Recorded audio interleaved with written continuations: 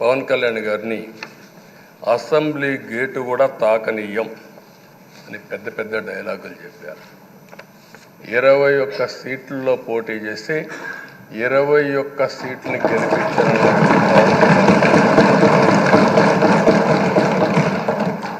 Why not 175 అని చెప్పి 11 కూడా తెచ్చుకోలేని నాయకత్వం.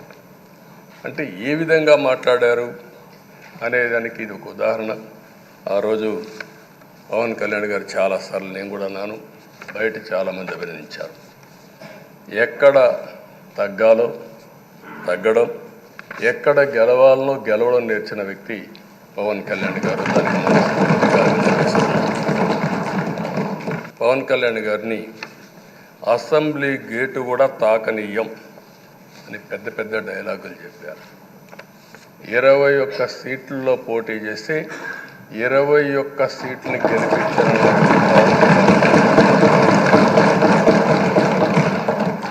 వైనాట్ 175 అని చెప్పి 11 కూడా తెచ్చుకోలేని నాయకత్వం. అంటే ఏ విధంగా మాట్లాడారు అనేదానికి ఇది ఒక ఉదాహరణ. ఆ రోజు పవన్ కళ్యాణ్ గారు చాలాసార్లు నేను కూడా అన్నాను, బయట చాలామంది అభినందించారు. ఎక్కడ తగ్గాలో తగ్గడం, ఎక్కడ గెలవాలనో గెలవడం నేర్చిన వ్యక్తి పవన్ కళ్యాణ్ గారు.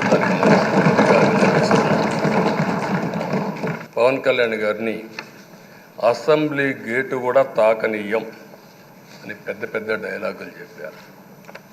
21 సీట్లలో పోటీ చేసి 21 సీట్ని గెలిపించిన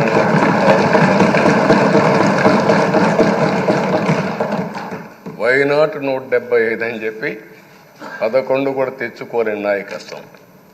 అంటే ఏ విధంగా మాట్లాడారు అనేదానికి ఇది ఒక ఉదాహరణ. ఆ రోజు పవన్ కళ్యాణ్ గారు చాలాసార్లు నేను కూడా అన్నాను, బయట చాలామంది అభినందించారు. ఎక్కడ తగ్గాలో తగ్గడం, ఎక్కడ గెలవాలనో గెలవడం నేర్చిన వ్యక్తి పవన్ కళ్యాణ్ గారు. పవన్ కళ్యాణ్ గారిని అసెంబ్లీ గేటు కూడా తాకనీయం అని పెద్ద పెద్ద డైలాగులు చెప్పారు. 21 సీట్లలో పోటీ చేసి 21 సీట్ని గెలిపించిన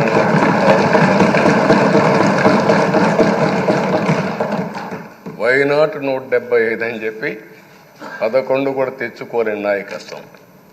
అంటే ఏ విధంగా మాట్లాడారు అనేదానికి ఇది ఒక ఉదాహరణ. ఆ రోజు పవన్ కళ్యాణ్ గారు చాలాసార్లు నేను కూడా అన్నాను, బయట చాలామంది అభినందించారు. ఎక్కడ తగ్గాలో తగ్గడం, ఎక్కడ గెలవాలనో గెలవడం నేర్చిన వ్యక్తి పవన్ కళ్యాణ్ గారు.